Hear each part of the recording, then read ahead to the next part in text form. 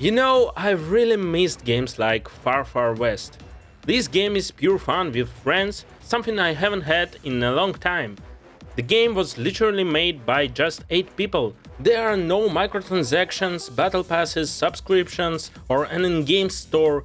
Instead, it offers fun, the joy of the gameplay, satisfying shooting, and a great soundtrack. And yes, it's just in early access. The game came out just several weeks ago, has already sold 500,000 copies, and shows no signs of slowing down. Far Far West is a great example of a successful game made by a small team that simply wanted to create something special and exciting for themselves. Something they wanted but couldn't find in other games. It's a game by gamers for gamers. But enough rambling, it's time for you to find out why you should definitely play Far Far West if you haven't already. First, let's talk about the basics. This is a first-person shooter designed primarily for co-op play with friends, but it also includes a solo mode. Some people compare it to Helldivers, others to Left 4 Dead, and still others to Payday, but I would compare it to Deep Rock Galactic, another indie game about dwarves who have to mine various materials while working for a mega corporation that doesn't really care about them or their working conditions.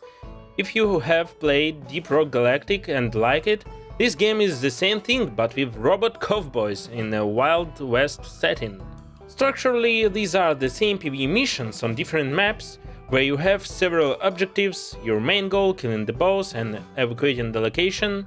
Main goals here usually boil down to either launching something, like a nuclear missile at the enemy, hopefully, or escorting a payload, and sometimes repairing or assembling something. You can choose objectives from your lobby, just like bosses. If you don't like that's available and can't find anything that suits you, you can always refresh the list of objectives for gold.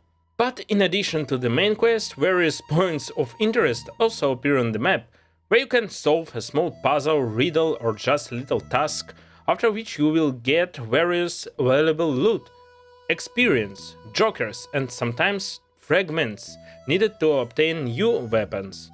Besides the usual points of interest, almost each map, at least those that I opened, features a character who can give you an additional task. There are several of these as well, but as I understand it, the tasks themselves remain the same even if you have already completed them. Why bother with them then? You might ask. Well, first of all, to earn extra experience for completing such a quest upon a successful evacuation, as well as to complete quests and achievements within the game itself, for which you unlock skins, earn currency, and most importantly, by completing all the quests from one such character on a single map, a new location will unlock for you, which in turn may feature new quests from the local quest giver. And the locations themselves are worth unlocking. First, simply because it's fun, and second, because in addition to everything I've already mentioned, each location has various secrets and collectibles, and finding them earns you all sorts of different rewards. This is how the game encourages players' curiosity and pushes them to explore. And everything would be fine, but the Far Far West is a dangerous place. And of course, no one will let you just wander around the map and complete quests for fun, so you will encounter hordes of different enemies along the way. From ordinary skeletons, which will destroy in a flash, to more dangerous and ferocious foes, such as the horsemen or those damn snipers who will be targeting you from such a distance that you won't even always be able to see them. And to effectively mow down hordes of skeletons and other undead, you will need good weapons. And not just that, various spells will be available to you. See a crowd of skeletons? Throw a fireball at them. If a wave of undead attacks you and you are surrounded, use a blink spell and quickly escape the encirclement. If you need to hold a point while a new weapon fragment is being crafted, no problem. Place mines around the point in advance, so it's easier to wait for your precious loot. Some might say that robot cowboys from the Wild West don't really go together with magic, but in reality, the ability to use various spells during gameplay only makes the game better and more fun. and the developers themselves agree that magic is fun, and if there's a chance to add cool spells to the game, you should go for it, especially since they did it this way. Every spell interacts with each other. You splash an enemy with Acid, your friend throws a fireball at them right then, and now the Acid and fire interact, exploding and setting even more skeletons on fire. You place a cactus mine, shoot it with lightning, now it's an electrified cactus mine that shocks enemies when they step on it. I've always loved it when games add not just magic but the interaction of different elements with each other, so using magic in this game is pure fun. Now that we have covered magic, let's talk about guns. Your cowboy has a primary weapon and a secondary weapon. At the start, the primary weapon is a standard assault rifle, and the secondary weapon is a regular but fairly powerful revolver. But over time you will find various weapon parts or fragments, as I mentioned earlier. Once you have collected enough of them, you can buy a new gun with gold. And even though this is early access, there are already enough options for everyone to find something they like. You have got a shotgun, a Winchester, a minigun, and even a sniper rifle. For secondary weapons there are a couple of pistols, a bow, a boomerang, and even shurikens or sheriff stars. As you can see in the gameplay footage, I haven't unlocked them all yet. So far I've tried the lever action rifle, aka the Winchester, and a couple of revolvers, which by the way also get thrown away during reloading and explode. Actually at the moment I unlocked more weapons, but the most time I played with these two.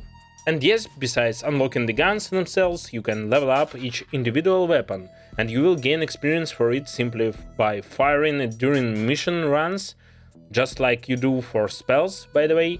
That is, by using a specific type of magic, you level it up and unlock new spells from that branch. When you fire the Winchester, you gain experience and the ability to upgrade the Winchester. There are standard upgrades here, such as increased damage, reload speed, and ammo capacity, as well as more unusual ones like lifesteal or the ability to choose the type of elemental damage for certain guns. To make the most of all this cool stuff, you will need currency, specifically gold, which the game rewards you with for successfully completing various tasks and earning achievements, and even just finding gold chests in the game or gold ore that you can mine during your expeditions. But besides gold, there's another currency in the game, souls. We get these by killing enemies, completing certain tasks, and of course earning achievements and quests. While it's clear the gold is used to buy weapons and various upgrades for them, souls are needed for something called jokers. In this game, jokers are cards that grant specific buffs to your hero and to your guns. They can also be found during gameplay. In that case, you can simply equip the joker you found. The main thing is to grab it before your friends do and avoid fighting over it. Alternatively, you can equip them before the mission even starts, right in the game lobby. And to do this, you will need the souls you've collected. Depending on the joker's rarity, the price will vary, but keep in mind that joker slots are limited and will unlock as you level up your character. A rarer joker will take up more slots, but the buff from such a joker will feel much stronger than from a cheap one. With this simple trick you can build your own setup. Some jokers along with buffs will also apply certain debuffs. For example, the glass cannon will increase your damage but reduce your HP. To counterbalance the effect of the joker, you can level up your character using gold. For example, by increasing his health so that the glass cannon debuff effect isn't as strong and you still have 100 HP. And speaking of leveling up your character in general, you have the option to increase their speed, jump height, ammo bag capacity, health points, reduce spell cooldowns, and so on. As you can see, even in the early access, you have access to a huge number of different upgrade paths, which will take a lot of time to upgrade, during which you can explore the game's locations while completing various challenges along the way. And there is also a variety of cosmetic items, including skins for the cowboy you play, as well as skins for the horse you ride, which I completely forgot to mention. Yes, the maps here are quite large, and to move quickly around them, the game lets you call your horse and zip right over to where you need to go. All of these, combined with the cool, fast-paced and fun gameplay, makes for an unforgettable experience that really pulls you in. I've already spent several evenings playing this game and have no plans to stop. Playing Far Far West is just plain fun. It's exciting to discover new secrets, complete various quests and fight off hordes of enemies alongside your friends. The game has already created many memorable, fun moments, like when you and your friends on your last legs jump onto the evacuation train after firing off your entire ammo supply, or when, after several attempts, you finally manage to complete a mission on hard difficulty. You feel great. The developers are already promising to improve the game and add new content. On the weapon tabs, you can already see the word skins, which they promise to add soon. When you launch the game, there is a big notice about early access and that the developers plan to add to the game in the future. And all of these for just $20 or $18 with a launch discount? I fully understand that the developers are a small team and it will probably take them a long time to add everything they've promised to the game, but even now I can confidently say that the game is worth the money. And the developers deserve credit for creating such a wonderful game. All I can do is wish them luck and hope they don't abandon their game. I'm happy to them that everything worked out, and if you have passed it by or wondered whether the game is worth your money, I can confidently say yes, especially if you have someone to play with. As someone who has played Deep Rock Galactic for over 300 hours, I can easily imagine that my friends and I will be here for a long time too. Thanks for watching, let me know what you think of the game in the comments, and I'll see you soon in my next video.